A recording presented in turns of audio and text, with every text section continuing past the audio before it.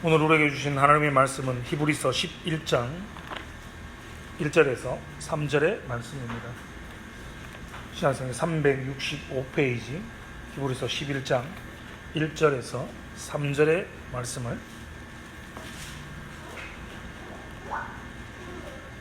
한 목소리로 함께 읽겠습니다. 히브리서 11장 1절에서 3절의 말씀을 다 같이 한 목소리로 읽겠습니다. 시작. 믿음은 바라는 것들의 실상이요 보이지 않는 것들의 증거니 선지인들이 이로써 증거를 얻었느니라. 믿음으로 모든 세계가 하나님의 말씀으로 지어진 줄을 우리가 아나니 보이는 것은 나타난 것으로 말미암아 된 것이 아니니라. 아멘. 주의로 벨직 신앙고백서 강의 세 번째 시간입니다. 오늘은 히브리서 11장 1절에서 3절의 말씀을 함께 살펴보며 은혜를 나누고자 합니다. 나눠드린 유인물과 주보를 참조하셔서 벨직 신앙고백서 1조 같이 한번 읽어보겠습니다. 시작. 유일하신 한 분 하나님만이 계시다. 우리 모두는 유일하신 한 분 하나님만이 계시다는 것을 마음으로 믿고 입으로 고백합니다. 그분은 단순하시고 영적인 존재입니다. 그분은 영원하시며 완전히 이해될 수 없으시고 보이지 않으시며 변하지 않으시고 제한이 없으시고 전능하시고 완전히 지혜로우시며 공의로우시고 선하시고 모든 선이 흘러나오는 근원이십니다. 아멘. 우리는 2주 이어서 서론과 함께 우리의 신앙 고백은 단순한 지적인 문제가 아니다라는 것을 살펴보았습니다. 이건 믿음의 문제입니다. 믿음은 우리의 중심에서 받아들인 그 내용을 우리의 입으로 고백하는 것이라는 것을 보여주고 있습니다. 그래서 벨직 신앙 고백서는 믿는 것과 고백하는 것이 밀접한 관계를 있다라는 사실을 먼저 인식하고 난 다음에 제일 먼저 하나님의 존재에 대해서 인정하고 있습니다. 어떻습니까? 유일하신 한 분 하나님이 계시다. 그러면 여러분에게 물어보겠습니다. 하나님이 계시다라는 것을 믿으시죠? 맞습니다. 우리 믿습니다. 그리고 하나님의 존재가 계시다라는 것을 믿는다라는 전제하에 그분이 어떠한 분인지, 다르게 말하면 그분의 속성에 대한 설명으로 이어지고 있습니다. 이처럼 존재에 대한 이야기에서 속성에 대한 이해의 문제로 나아가는 것은 존재에 대한 이해가 먼저 있어야 속성을 이해할 수 있다는 겁니다. 그래서 오늘 우리가 읽었던 히브리서 11장에 보면 무엇에 대해서 말씀하고 계시는가 하면 우리가 먼저 하나님께 믿음으로 나아가기 위해서는 그분이 뭐하다? 먼저 계시다. 먼저 존재한다라는 것을 인정하고 믿어야 된다라는 것입니다. 그분의 존재를 인정하지 않으면 그분이 어떠한 존재를 인정하지 않으면 그분이 어떠한 분인지를 아는 것은 아무런 의미가 없다라는 거죠. 그래서 고백서는 그분이 먼저 존재한다라는 사실, 그 사실을 먼저 믿고 그 다음에 그분이 어떠한 분이신지 그분의 속성을 알아야 한다라고 설명하고 있습니다. 우리가 잘 아는 것처럼 창세기의 첫 장을 딱 펼쳐보면 어떻게 시작하죠? 태초에 하나님이 천지를 창조하시니라 라고 합니다. 성경은 하나님을 논증하지 않습니다. 하나님이 이렇게 했기 때문에 하나님이시다 라고 말하지 않습니다. 하나님이 계셨다. 태초에 하나님이 계셨다. 그리고 그분이 말씀으로 이 모든 것을 창조하셨다라고 선포하는 겁니다. 이런 건 이렇게 했기 때문에 하나님이다 라는 것이 아니라는 겁니다. 여러분, 우리가 인간을 만물의 영장이라고 표현하지 않습니까? 인간은 사실 굉장히 위대하잖아요. 물론 신체적인 지능이 치타보다 빨리 달리지 못하고 얼마 전에 어디에서 들었는데요. 여러분, 모기 좋아하십니까? 저는 모기를 굉장히 싫어합니다. 모기를 싫어하는 이유가 있죠. 군대에서 제가 말라리아 전방에 하다가 말라리아가 모기로 배포가 되잖아요. 그래서 말라리아 때문에 고생을 굉장히 많이 했기 때문에 모기만 보면 약간 알러지 같은 반응들이 있어서 모기를 굉장히 싫어합니다. 여러분, 우리가 막 달리고 날잖아요. 헬리콥터가 굉장히 빨리 돌아서 주변이 날면 굉장히 어지럽고 막 난리잖아요. 그런데 헬리콥터가 1분에 도는 속도보다 모기가 1분에 하는 날개짓이 더 빠르답니다. 1분에 800회를 한다. 그래서 왜 귀하면 웽 하는 이 소리가 다른 소리가 아니라 날개를 너무 빨리 바다다다다 거려서 나는 소리라고 합니다. 우린 모기보다 더 빨리 날개 펼 수도 없고 우리의 육신을 보면 굉장히 연약합니다. 그런데 인간을 뭐라고 이야기합니까? 만물의 영장이라고 하잖아요. 그런데 우리가 만물의 영장인데요, 개미가, 모기가 우리에게 이렇게 한다고 입장을 바꿔 생각해 보십시오. 자, 모기들끼리 모여서 인간이 과연 존재하는가? 우리가 피를 빨아먹고 살아야 하는 인간은 과연 존재하는가? 인간이 어떻게 존재하는지 우리가 상의를 해보고 논의를 해보자. 얼마나 웃깁니까? 우리 그냥 있잖아요. 그런데 이걸 우리 쪽으로 다시금 대입해 보자고요. 우리가 이렇게 모여서, 자, 우리가 하나님이 있는지 논증해 보자. 우리가 이렇게 하고 있으니까 하나님이 계신지 안 계신지 확인해 보자. 이건 사실 개미나 모기가 모여서 인간이 존재하는가 한번 논의해 보자, 상의해 보자. 이거랑 별반 다를 게 없다라는 겁니다. 인간은 아무리 만물의 영장이라고 하여도 사실은 하나님께서 지으신 피조물에 불과하기 때문에 한낱 피조물인 존재가 하나님이 존재를 한다, 이렇게 한다라는 것은 우습다라는 겁니다. 다르게 말하면 하나님은 지적 토론의 대상의 문제가 아니라 뭡니까? 우리의 믿음과 우리의 경배의 대상이지 뭐가 아니다? 토론의 대상이 아니다라는 겁니다. 신앙 고백서를 다시 보십시오. 우리 모두는 유일하신 한 분 하나님이 계시다라는 것을, 존재하신다라는 것을 먼저 믿고 고백합니다. 그리고 난 다음에 그분의 속성을 설명하고 있습니다. 그것을 어떻게 해요? 우리 모두는 마음으로 믿고 입술로 고백한다라고 말입니다. 사실 그 뒤에 이어지는 하나님의 속성에 대해서는 굉장히 많은 분량이 필요합니다. 그것을 한 시간만 해보겠습니다. 간략하게 요점으로 해보겠습니다. 첫 번째입니다. 유일하시다. 하나님은 한 분이시다라는 사실을 먼저 설명하고 그분을 우린 뭐라고 표현하고 있습니까? 단순하시다라고 표현합니다. 사실 이 번역 자체가 단순이라고 번역되어 있지만 원래 신학에서는 단일 본질이라고 말합니다.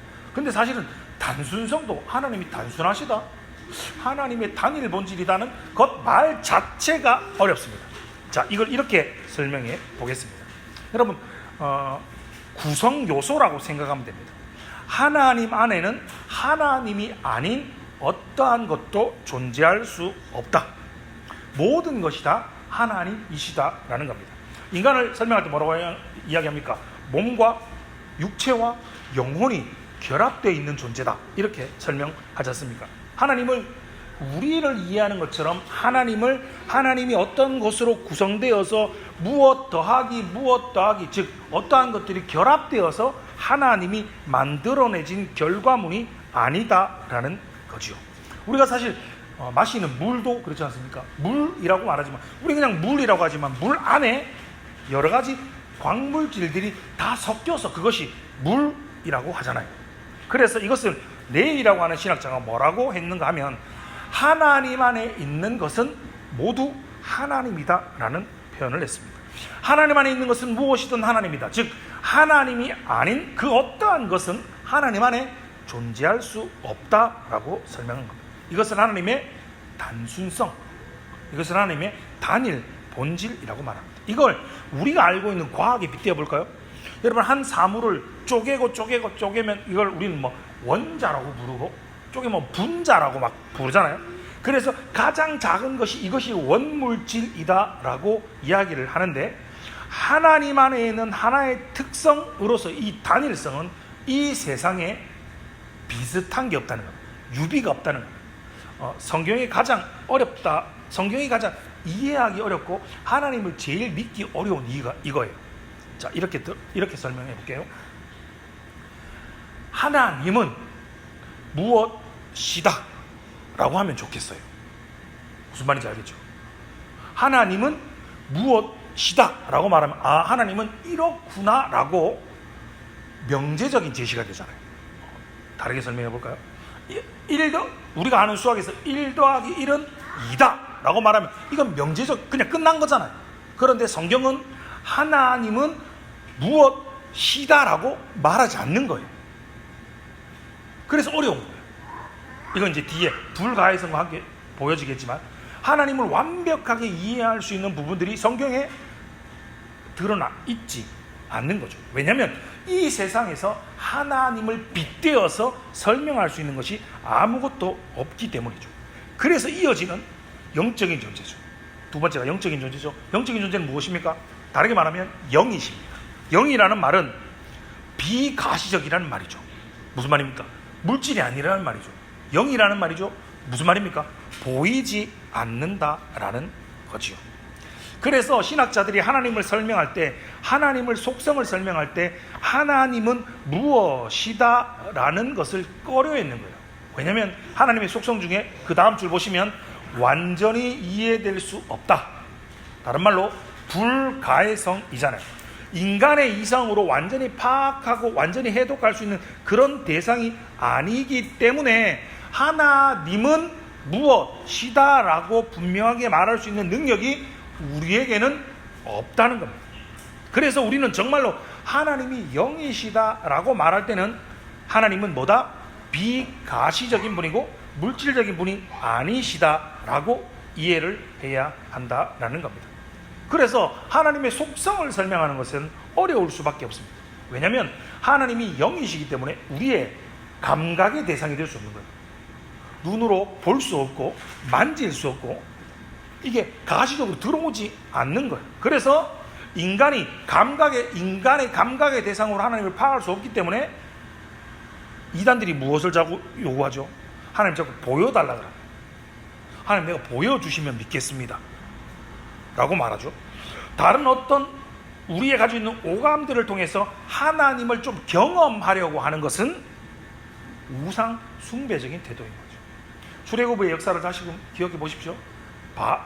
모세가 십계명의 말씀을 받기 위해서 올라갔을 때 그들이 보고 자랐던, 그들이 애굽에서 이집트에서 보고 자랐던 무엇을? 금송아지를, 송아지를. 이집트인들이 그것을 믿고 그것에 경배하는 것을 보아서 우리도 눈에 보이지 않는 하나님 말고 우리가 보고 우리 눈에 보이고 우리가 만질 수 있는 하나님을, 그것을 여러분 갖다 놓고 이거 송아지다라고 말하지 않았죠. 뭐라고 말합니까? 이것이 우리를 출애굽한 하나님이다라고 말하는 거라고. 그것이 우상 숭배적인 태도라고.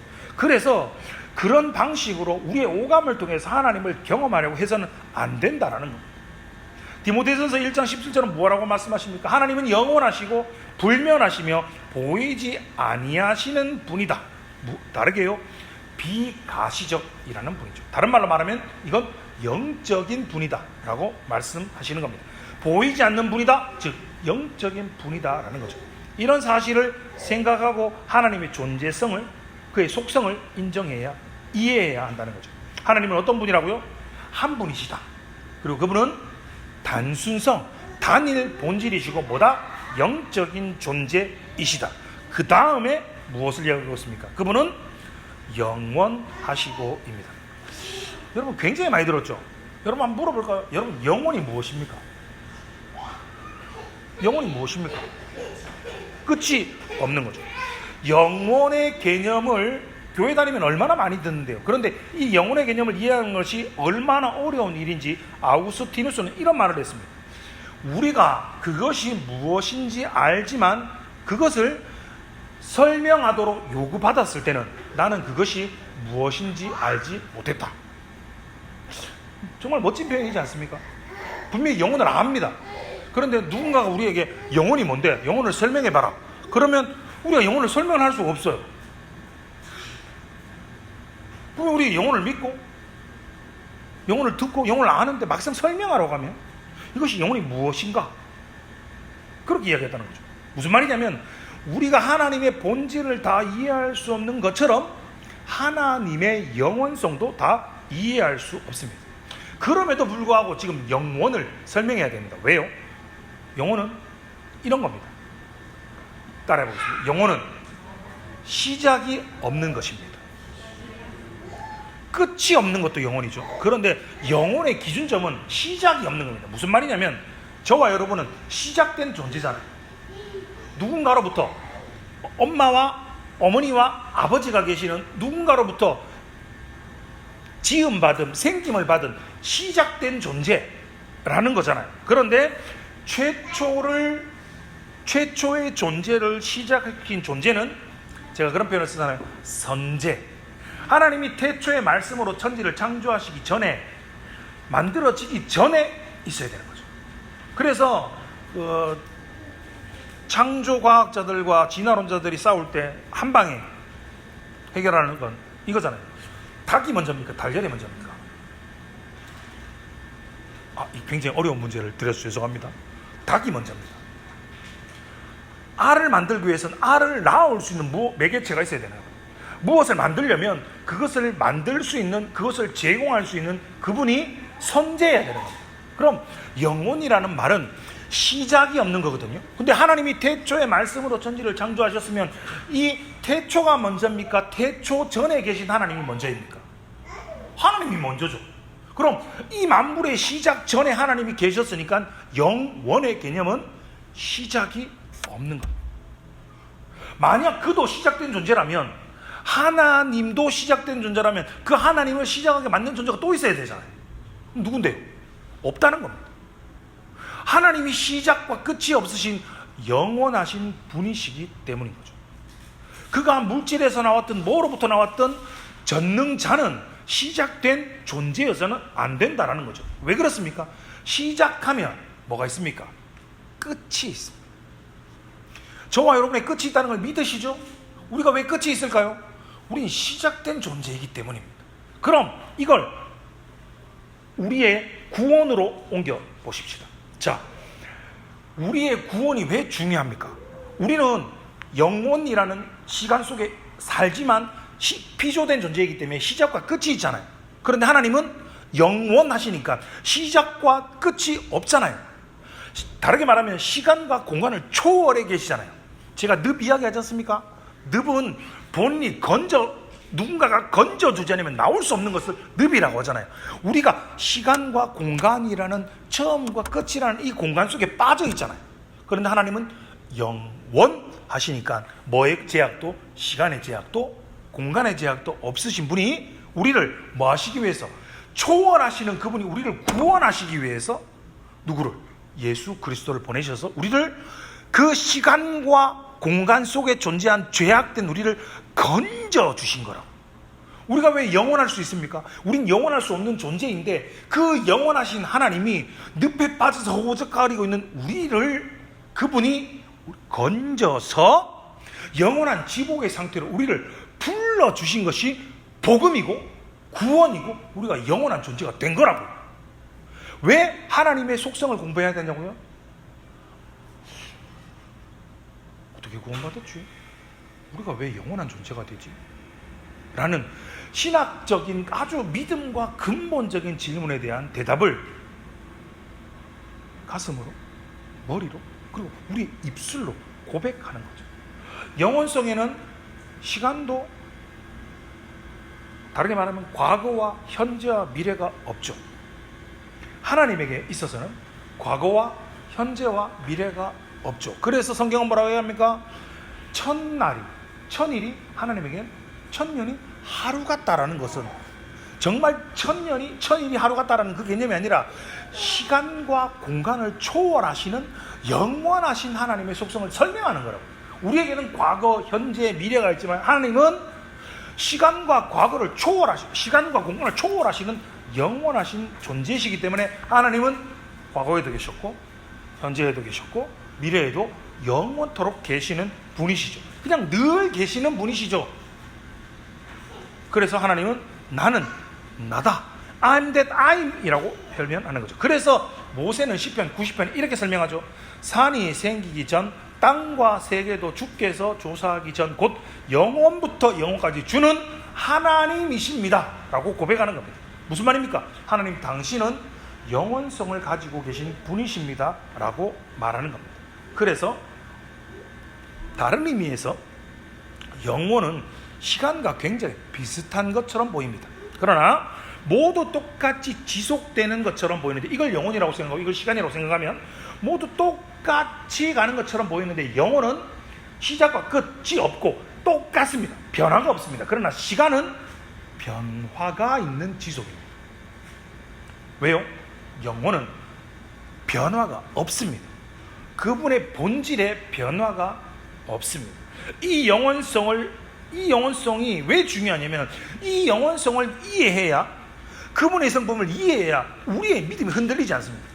자, 물어보겠습니다. 하나님의 자비가 영원하시죠? 왜 영원합니까? 그분이 영원하시기 때문입니다. 우리를 향한 하나님의 구원이 영원하시죠? 왜 영원합니까? 그분이 영원하시기 때문입니다. 그분의 불변성, 그분이 베푸시는 사랑, 그분의 인자, 그분의 긍휼, 모든 것이 영원할 수 있는, 설명드렸죠? 영혼은 뭐다? 불변성을 포함하고 있다고요. 똑같이 흘러가는데 뭐다? 변함이 없으시다고요. 결혼 얼마 안 한 지 부부 있지 않습니까? 호칭이 두 개 있지 않습니까?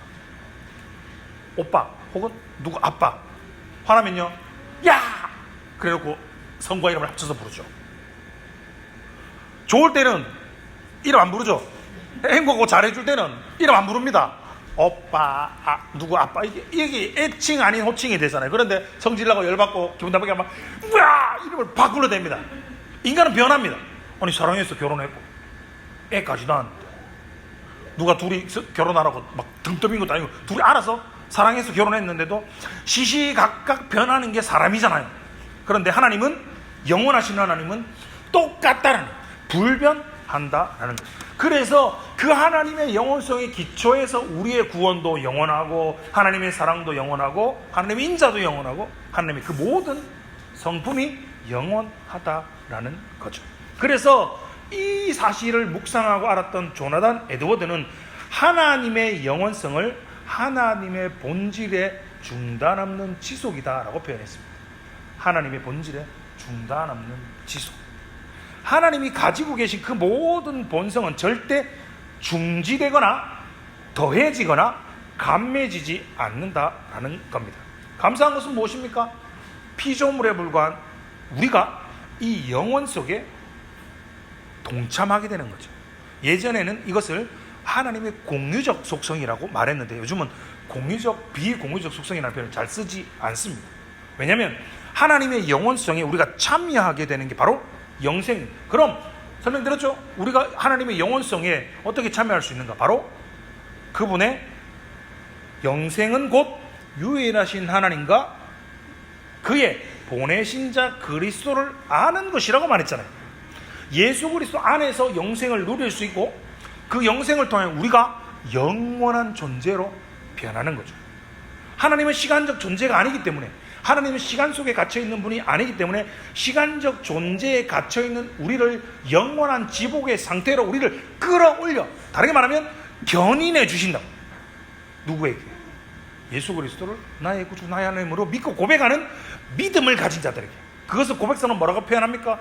유일하신 한 분 하나님이 계시다는 것을 마음으로 믿고 고백하는 자들에게 말입니다.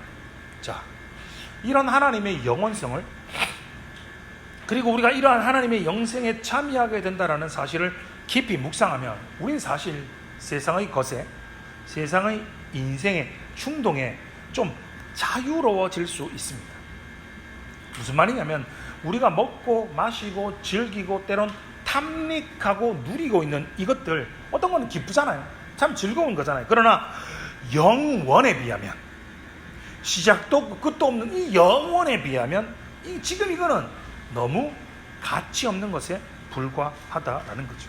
이런 마음을 갖게 되면 우리가 하나님의 속성을 좀 깊이 묵상하는 것이 우리의 믿음에, 우리의 경건 생활에 얼마나 도움이 되는지 모릅니다. 사실 오늘날 성도들의 경건 생활이 제대로 이루어지지 않고 죄와의 싸움을 제대로 싸울 수 없는 이유 중에 하나가 뭐냐면, 하나님의 속성에 대한 묵상과 하나님의 속성에 대한 이해가 없기 때문이라고 말할 수 있습니다. 이런 사실을 염두고 리차드 백스터는 이렇게 표현했습니다. 그의 책 신적인 인생이라는 책에서 이렇게 표현했습니다. 그대가 매우 긴 안식을 바라볼 때 매우 짧은 경주를 인내심을 갖고 살 수 없는가라고 말입니다. 우리에게 이렇게 도전하는 겁니다. 아니 너희가 예수를 믿음으로 천국에서 영원토록 그 안식에 들어갈 건데 겨우 이 짧은 인생을 살면서 좀 인내를 가지고 경주할 수 없느냐라고 말입니다. 그러니까 우리가 하나님의 영원성을 깊이 묵상하면 이 길어야 100년 정도밖에 되지 않는 이 세상에서 살아가는 우리의 삶이 때로는 아주 고됐고 아주 어렵고 아주 힘들어도 그것을 넉넉히 이겨낼 수 있는 거죠. 그래서 베드로전서는 그것을 고난이라고 표현했고 그 고난을 이겨내기 위해서 소망이라고 말했고 그 소망이 무엇이냐면 교회됨을 회복하는 것이 소망이라고 표현하고 있는 거죠. 여러분 세상 사람들이 나쁜 일을 저지를 때 두 가지의 마음을 갖죠. 어떤요? 죽지 뭐 라는 마음과 나쁜 짓하고 뭐 지옥 갈 거다 라는 표현들을 쓰죠. 무슨 말입니까? 죽기까지 각오하고 지옥에 가기까지 각오와 다짐이 있기 때문에 죄를 짓는 것을 두려워하지 않는 거죠. 그런 정도의 죄의 짜릿함을 그들이 경험하고 싶어 하는데 그것이 그들에게 얼마나 끌림이 된다는 걸 보여주고 있는 거잖아요. 그럼 우리에겐 하나님의 탁월성, 그분의 영원하심을 정말 사모한다면, 정말 사랑한다면 이 세상의 일시적인 쾌락, 여기에 우리는 크게 흔들리지 않을 수 있다라는 거죠. 때로는 우리가 그런 것들을 보고 한 번씩 좌절하지 않습니까? 와, 예수 안 믿고 저래 잘 사는데, 저 악한 사람들은 저렇게 죄 짓고도 오래 잘 사는데, 와, 이런 억울하다는 답답한 생각이 들지 않습니까? 토마스 멘튼이라고 하는 청교도가 다음과 같은 말을 남겼습니다. 악인들이 다른 대적들보다 오래 살 수는 있을 것이지만 하나님보다 오래 살 수는 없다. 하나님은 영원히 사시면서 악인들을 복수하신다라고 그랬습니다. 여러분 무서운 말이지 않습니까? 경상도 사투리로, 경상도 표현으로 좀 괴롭히는 사람을 뭐라 그럽니까? 갈지 마라. 이해하시죠? 좀 갚지 마라 라는 표현을 씁니다.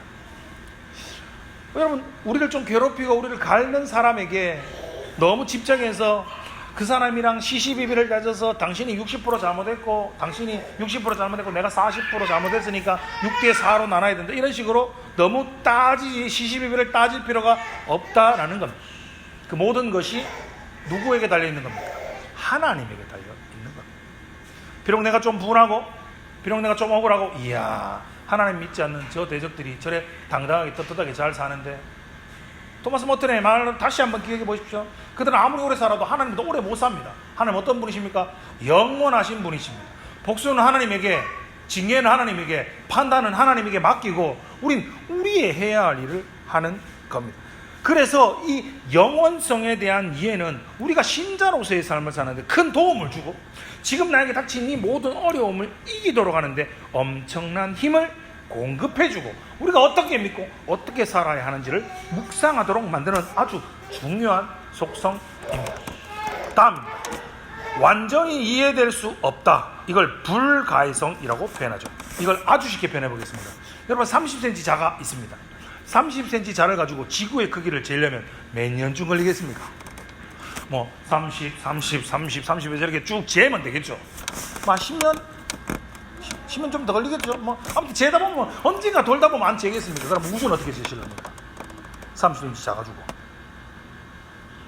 우주보다 더 큰 갤럭시 은하수는 어떻게 재겠습니까? 무슨 말입니까? 우리가 유한하기 때문에 무한한 하나님을 전부 잴 수 없다, 전부 이해할 수 없다라는 거지요. 그래서 출애굽기 3장 14절에 보면 모세가 하나님께서 저를 보내시는데 이방인에게서 너 누가 보내서 왔냐? 이런 말을 하면 뭐라고 대답할까요? 라고 했을 때 하나님이 뭐라고 이야기하십니까? 우리 성경은 나는 스스로 있는 자다 라고 말하지만 성경은 실제로 I'm that I'm, 나는 나다 라고 소개하지만 이건 절반입니다. 무슨 말이냐면 절반은 보여주시고 절반은 가르쳐 주시는 겁니다. 여러분 전화통화 하시죠? 오늘 은결이가 열심히 전화하는 거 이렇게 막 액션을 하던데, 여러분 전화를 저장 안 된 번호에게 낯선 사람에게 전화해서 전화 받았습니다. 그럼 뭐라고 해야 됩니까? 저쪽에서 여보세요 하면 뭐라고 대답합니까? 저는 누구입니다. 이렇게 해야 되잖아요. 그런데 모세가 묻습니다. 하나님 뭐라고 할까요? 그런데 하나님 뭐라고 전화 받았습니다. 뭐라고 합니까? 나는 나다. 여러분이 누군가에게 전화가 저장 안 된 모르는 번호로 전화해서 전화 받았는데 여보세요? 나다. 그럼 뭐라고 대답하겠습니까? 네 누군데? 누군지를 이야기해. 나다. 나는 나다. 그럼 뭐야라는 말이고 나는 나다. 그럼 내가 니를 어떻게 알아? 이렇게 말하는 게 당연한 거 아닙니까? 그래서 하나님이 모세에게 나타나서 하나님 뭐라고 말할까요? 나는 나다. 이게 나는 스스로 있는 자다라는 번역되지만 실제로 하나님은 나는 나다라는 말은 완전히 다 보여주지 않았다라는 겁니다. 여러분 영어에 주어와 동사와 보어가 있어야 됩니다. 맞죠? 나는 무엇이다. 나는 누구이다가 있어야 되는데 하나님은 나는 이다. 뭐가 빠진 겁니까? 보어가 빠져버린 겁니다. 아니 뭘 해야 된다라고 나는 누구다. 나는 내가 뭐다라고 말을 해야 되는데 나는 이다라고 자신을 드러내시기도 하고 자신을 감추기도 한 것이기도 합니다. 그래서 디모데전서 6장 16절에는 가까이 가지 못할 빛에 거하시고 어떤 사람도 보지 못하고 또 볼 수 없는 분이다 라고 말하고 있는 겁니다. 지금은 하나님의 불가해성, 완전히 이해될 수 없다라고 하는 속성을 살펴보고 있습니다. 그래서 어거스틴은 우리가 다 파악할 수 있다면 그건 하나님이 아니시다라고 말하는 겁니다. 욥기에 보면 소발이 욥한테 이런 말을 하죠. 내가 하나님의 오묘함을 어찌 측량하며 전능자를 어찌 능히 완전히 알겠느냐. 하늘보다 높으신 내가 무엇을 하겠으며 수월보다 깊으시니 내가 어찌 알겠느냐. 그의 크심은 땅보다 길고 바다보다 넓으니라 라고 이야기합니다. 하나님의 불가해성, 하나님의 완전히 이해될 수 없는 것은 인간의 이성으로는 완전히 파악이 불가하다. 왜냐하면 일시적인 존재이고 유한한 우리가 무한하신 하나님을 완전히 이해할 수 없다. 그래서 성경을 우리가 믿는 것을 계시라고 말하잖아요. 뭐다? 보여주는 것만큼, 하나님께서 보여주시는 것만큼만 알 수 있다라는 거죠. 그 다음입니다. 보이지 않는다. 앞에 설명을 했습니다. 하나님을 본 사람은 성경 어느 때나 없습니다. 그 어떠한 위대한 인물도 하나님을 직접 본 사람이 없습니다. 왜요? 물론 야곱이 부엘에서 하나님을 대면하여 보았다라고 이야기하고 이사야도 거룩하신 하나님을 봤다라고 표현하기도 하고 심지어 모세는 하나님의 등을 봤다라고 말하지만 하나님이 등이 없습니다. 하나님은 뭐다? 영이시기 때문에 이것을 신인 동령론적인 표현이라고 합니다. 하나님이 눈이 있고 귀가 있고 등이 있고 손이 있고 발이 있는 것이 아니시라는 겁니다. 다르게 말하면 여러분 사람을 볼 때 사람이 누구인지 파악할 때 이렇게 보고 합니까? 이렇게 보고 합니까? 내가 그 사람을 봤습니다. 그런데 그 사람의 등을 보고 내가 그 사람 봤다라고 말하지 않습니다. 다르게 말하면 모세가 하나님의 등을 봤다라는 말은 하나님의 본질을 완전히 보지 못했다라는 것입니다. 따라서 우리가 주변에 혹 꿈이나 환상을 통해서 혹 다른 계시를 통해서 하나님을 경험했다, 하나님을 봤다라고 말하는 사람들은 조심해야 돼요. 성경에 나타나는 그 어떠한 위대한 우리의 신앙 인물도 하나님을 직접 대면하여 본 사람은 없습니다. 그래서 조나단 에드워즈가 그의 책 신앙 감정론에서 우리의 신앙이 진짠가, 우리의 신앙이 거짓인가를 구별하는 12가지 표시를 냈는데 그 중에 하나가 뭐냐면 바로 신비한 체험입니다.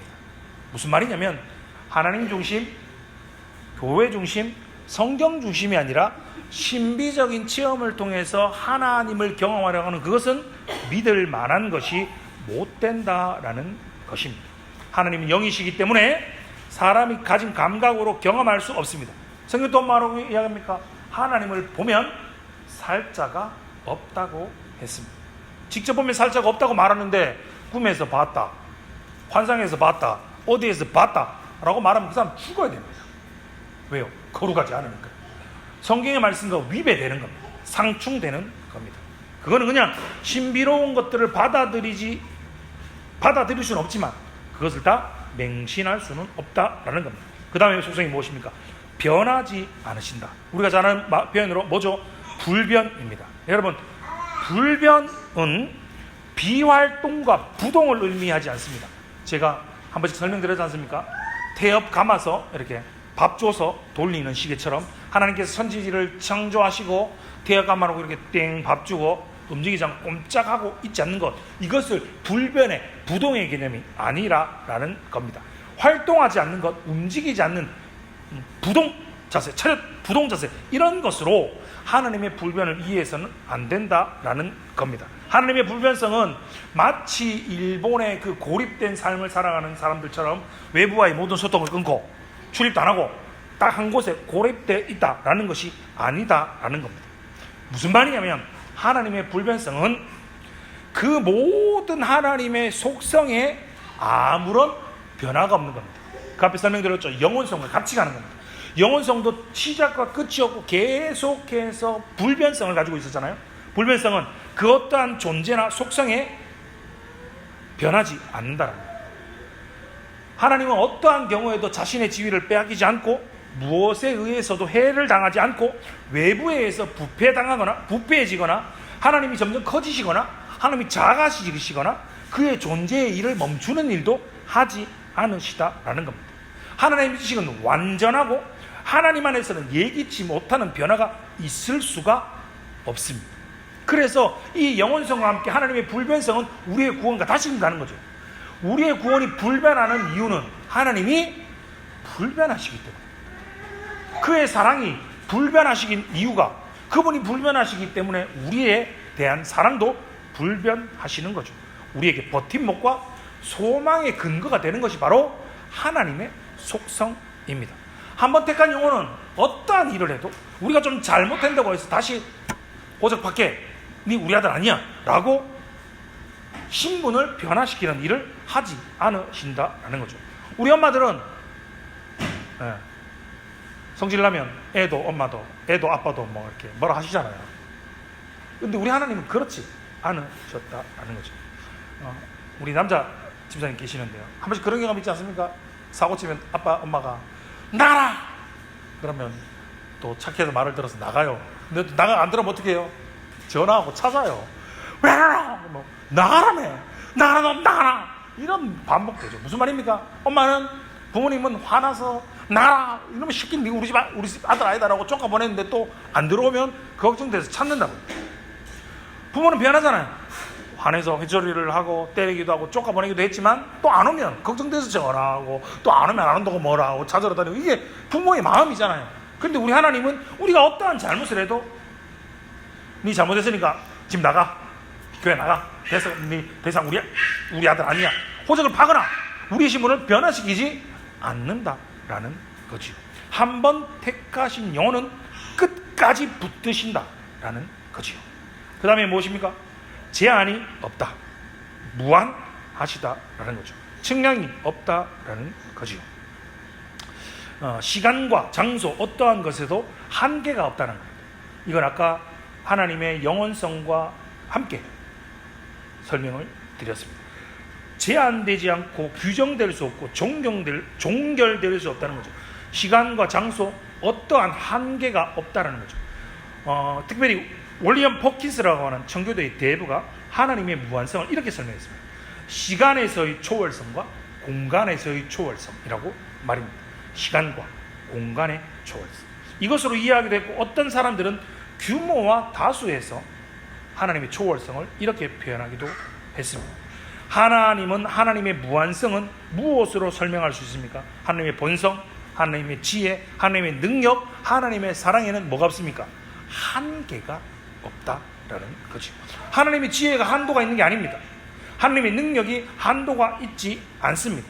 그리고 시간과 공간에서 하나님은 무한하시기 때문에 그분의 영원하고 그분이 영원성을 가지고 있고, 공간에서의 무한성이 우리가 표현하는 편재성이죠.